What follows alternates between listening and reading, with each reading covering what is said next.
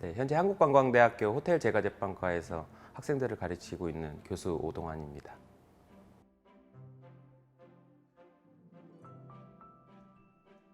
네, 고등학교 때 부모님의 영향으로 인해서 자격증을 취득해야 됐고요. 그 성남에 조리학원과 제과제빵 학원이 마주보고 있는 학원들이 있었는데 그곳에서 부모님이 어느 거 할래? 어느 걸로 선택해서 할래? 라고 선택해서 제과제빵을 선택했고요. 그거를 지금까지 해오고 있습니다.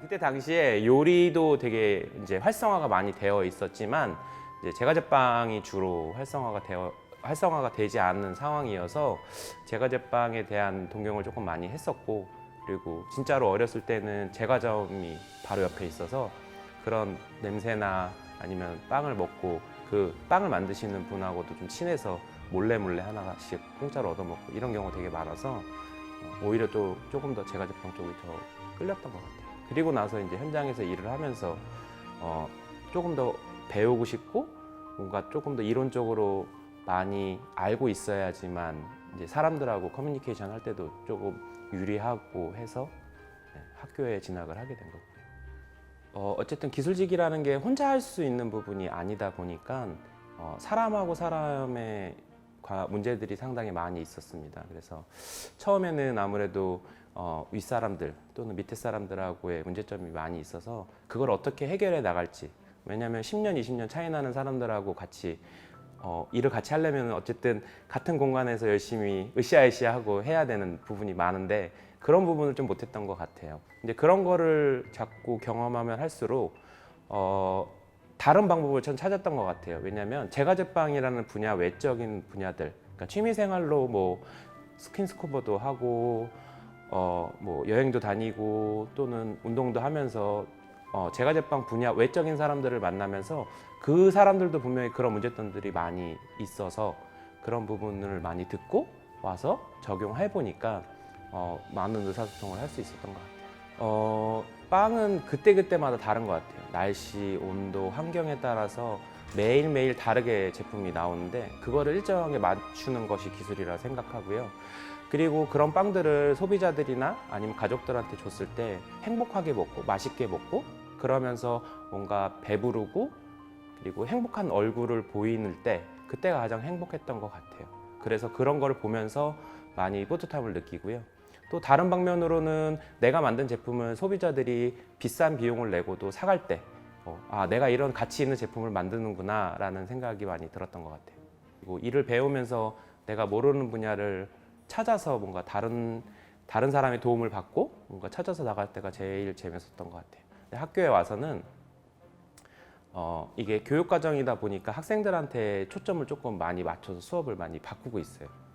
예를 들면 학생들이 해보고 싶은, 그러니까 캡스톤 디자인 같은 경우는 계획부터 이제 소비자들한테 갈 수 있는 단계까지 모두 제공을 해줘야 되다 보니까 그런 기획을 학생들 스스로, 그러니까 교수가 주체가 돼서 이렇게가 아니라 그냥 학생들 스스로 할 수 있게끔 해서 그 결과물이 나왔을 때가 제일 기뻤던 것 같아요. 학생들이 되게 고맙다고 얘기해주고 연락 오고 아직도 이제 찾아와서 그 가장 기억에 남는 수업이라고 얘기해줄 때가 현재는 가장 즐거운 것 같아요. 특히 좋아하는 빵은 없는 것 같고요.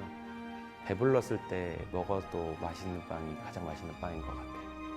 밥을 먹은 상태에서 배가 부른 상태에서 빵을 먹었는데 그 빵이 진짜 맛있으면은 그거 빵은 진짜 맛있는 빵이라고 생각이 들고요. 기술직이라는 게 어느 순간에 갑자기 짠 하고 나타나는 건 아닌 것 같아요. 그래서 요즘 조금 많이 하는 말인데 아무것도 하지 않으면 정말 아무 일도 일어나지 않는 것처럼 계속 뭔가를 갈고 닦고 그다음에 계속 관심 있게 생각해야 되고 그다음에 다양한 방법으로 접근을 해야 되는 것 같아요. 그러지 않으면은 정말로 그냥 평범한 사람들처럼 평범하게 지내다가 가는 것 같아요. 왜냐하면 조금 더 이런 경계선이 없어진, 예를 들어 조리랑 제과제빵 경계선이 없어지듯이 다양한 분야에서 경계선이 없어지는 부분인 것 같아요. 그래서 그런 부분을 조금 더 전문가적으로 가려면은 다양한 부분에 조금 더 많은 시간을 소비해야지만 전문가 입장 쪽으로 갈 수 있지 않을까. 그래서 공부도 하지만 많은 시간을 할애해서 기술을 배우고 터득하는 게 가장 좋을 것 같다는 생각하고 있습니다.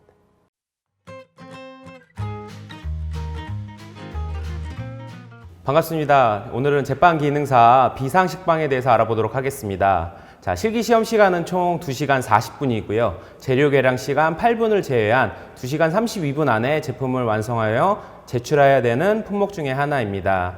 자, 비상식빵은 비상시에 대처 방법으로 위급한 상황이나 아니면 급하게 주문이 들어왔을 때 제품을 빠르게 만들 수 있는 방법 중에 하나입니다. 자, 재료 소개 먼저 보도록 하겠습니다. 재료는 총 8가지고요. 재료는 각 재료당 1분씩 소요됩니다. 그래서 밀가루, 강력분을 써야 되고요. 단백질 함량이 가장 높은 강력분을 써야 되고요. 그 다음에 설탕은 색을 형성하죠. 그 다음에 소금은 대기 조절, 반죽의 대기 조절 및 맛, 그 다음에 잡내를 제거해 줍니다. 그리고 분유가 들어가고요. 분유도 설탕하고 마찬가지로 색에 관여합니다. 그 다음에 쇼트닝은 부드러움을 주는 제품이고요. 그 다음에 계량제는 볼륨감, 그리고 제빵에서 가장 많이 쓰는 이스트는 꼭 들어가야 되는 원료 중에 하나입니다. 그리고 마지막으로 물입니다. 자, 비상 스트레이트법은 반죽 온도가 30도이기 때문에 물 온도를 나중에 반죽하시기 전에 직접 맞춰서 사용하시는 게 가장 좋고요. 여름철에는 조금 낮게 사용하셔도 상관없지만 겨울철 같이 실내 온도가 차가울 때에는 물 온도를 조금 따뜻하게 데워서 사용하면 될 것 같습니다. 자, 재료 계량이 끝나시면은 이제 반죽에 있는 물 온도, 제일 중요한 물 온도를 반죽에 사용할 물을 따뜻하게 데워서 사용하시면 되고요. 자, 재료별로 순서대로 믹서볼 안에 넣고 사용하시면 됩니다. 자, 유지만 제외한 모든 재료를 한 번에 같이 넣고 사용하셔도 상관없습니다. 자, 주의점은 반죽 온도가 30도라는 점이고요. 제조 공정 시간이 짧기 때문에 그런 점 주의해서 작업하시면 될 것 같습니다. 자, 물까지 다 넣으시고요.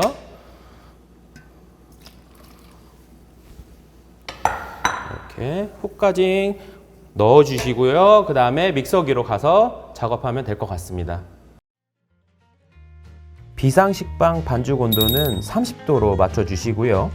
믹싱 시간을 늘려서 작업해 주시면 되겠습니다.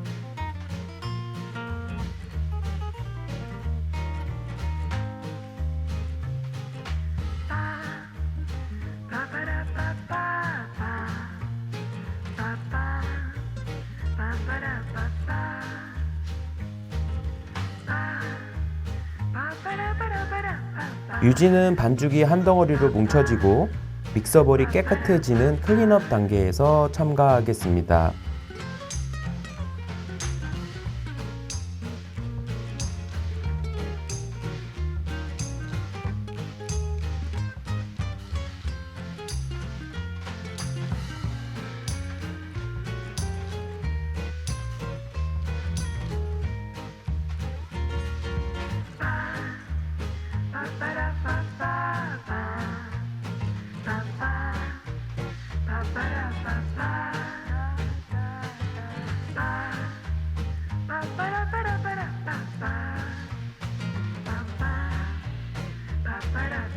믹싱은 100% 최종 단계까지 완료 후에 반죽 상태를 꼭 확인하신 후 1차 발효실에 넣어 발효를 진행하겠습니다.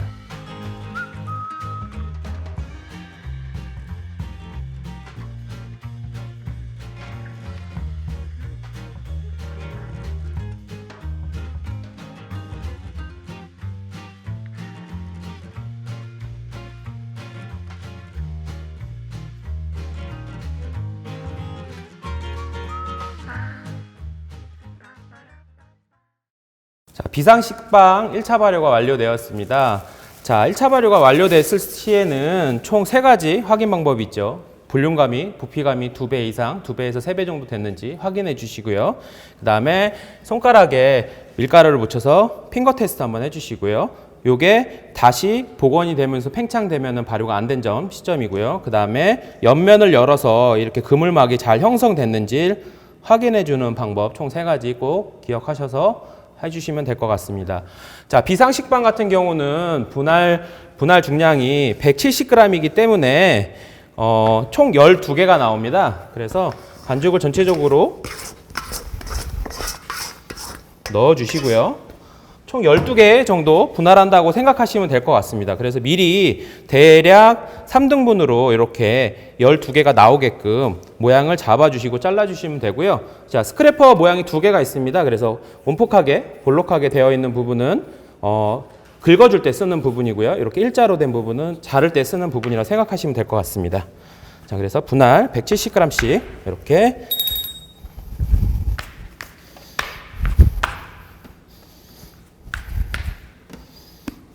자, 분할을 하신 후에 꼭 중량을 170g 맞도록 확인 꼭 해 주셔서 놔주시면 될 것 같습니다. 이렇게 전체적으로 요구사항에 보시면은 몇 개를 제출하시오 또는 전량 사용하시오라고 되어 있지만 몇 개를 쓰게끔 되어 있습니다. 그래서 그런 부분들은 꼭 확인하시고 그 중량만큼 꼭 나와야 되는 겁니다. 그래서 그 제품을 꼭 그 시간 안에 꼭 제출할 수 있도록 시간 관리를 꼭 잘 해주셔야 될 것 같습니다. 비상식빵 같은 경우는 작업 시간이 상당히 적기 때문에 가급적이면은 성형이랑 분할, 둥글리기에서 시간을 최대한 아껴서 사용하시는 게 가장 좋다라고 생각하시면 될 것 같습니다. 자, 비상식빵이라고 해서 둥글리기 하실 때 보통 15분을 다 안 채우는 경우가 많이 있는데 성형을 용이하게 하기 위해서는 가급적이면은 다른 부분에서 시간을 좀 줄여주시고요. 그리고 이렇게 중간 발효 할 때는 꼭 15분을 꼭 맞춰주시는 게 제일 중요할 것 같습니다.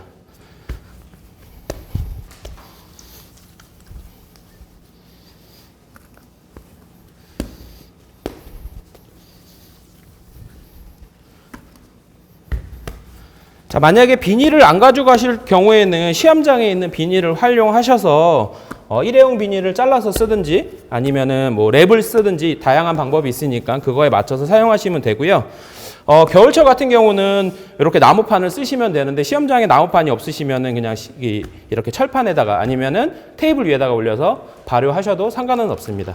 자, 비닐 덮어서 15분 중간 발효 하도록 하겠습니다. 자, 비상식빵 성형해 보도록 하겠습니다. 자, 중간 발효 10분에서 15분 사이가 지나면은 제품이 이렇게 말랑말랑하고 탄력이 있는 둥글리기 한 제품들이 나오고 있습니다. 자, 그래서 앞뒤로 덧가루를 최소한 사용하셔서 작업해 주시면 되고요. 식빵은 기본적으로 밀기, 말기, 접기, 봉하기 이렇게 4가지 순서로 작업한다는 거 잊지 말고 작업해 주시면 될 것 같습니다. 자, 가운데서 위로, 가운데서 아래로 옆에 기포 빼주시고요. 밀었으니까 접어주죠. 접고 접은 다음에 옆으로 모양 옮겨서 말아주시고요. 말고 마지막 부분에서 손으로 한번 봉하기 해주시면 될 것 같습니다. 그리고 나서 끝에를 한번 손으로 살짝, 자, 너무 많이 이 부분에서 너무 반죽을 너무 많이 찢게 되면은 나중에 요 바닥 부분에 나오는 부분이 줄무늬가 이렇게 생길 수가 있습니다. 그런 부분 주의하시면 될 것 같습니다. 그래서 이렇게 하나 해놓으시고요. 똑같이 4단계.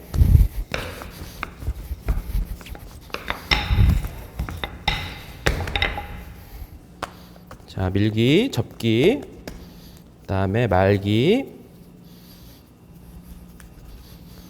마지막에 봉하기. 그래서 같은 모양으로. 자, 이렇게 보시면은 말리는 모양이 같은 방향으로 가게끔 해주시면 될 것 같습니다.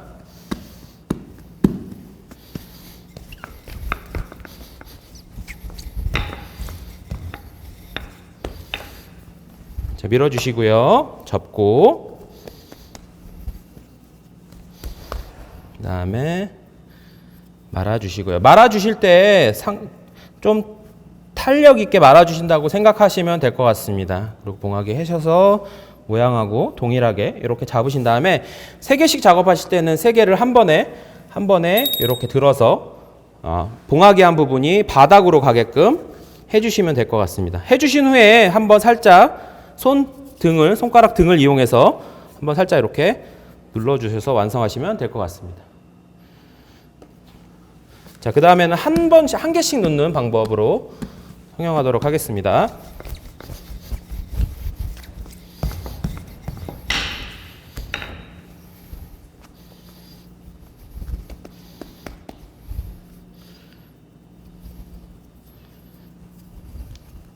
자, 이렇게 하신 다음에 한번 봉하게 해주시고요. 하나씩 요 안에 보시면은 이렇게 팬 사이에 이렇게 구멍이 뚫려 있는 데가 있습니다. 그래서 여기에 맞춰서 하나씩만 반죽을 넣어 주시면 될 것 같습니다.